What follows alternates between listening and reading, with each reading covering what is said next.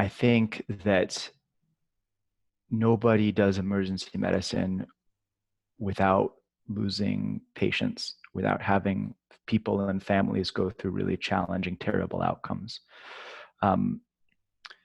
That said, I think the incredibly important discipline, and I think the Stoics would probably agree with me on this, is to never waste suffering. To never waste suffering. To understand that if there is suffering, that you try to minimize it, but whatever there is, that you need to use it as fuel for change. And the worst thing you could do is make a mistake, have somebody suffer, and not learn or grow from it. That's pretty terrible. If it does have to happen, if there is a suboptimal outcome, if there's something really horrible that happens, then your job essentially is to transform that into something better for the next person. So I'm always thinking about, every shift, how can we get better? How can we get better to treat the next wave of patients that come in? Because look, I'm imperfect, right? I'm an imperfect person, and I practice an imperfect craft, and I practice it imperfectly.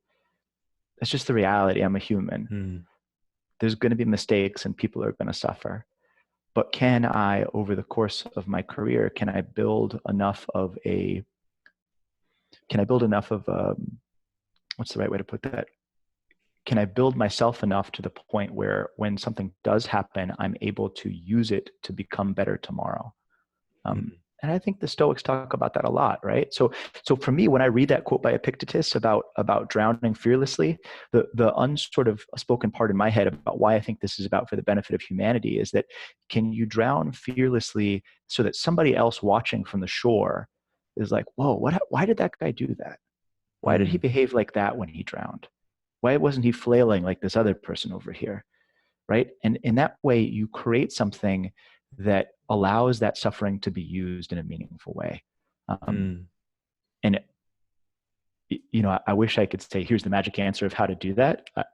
It's really challenging. It's like the deepest, most challenging things that we deal with as humans is transforming suffering into growth.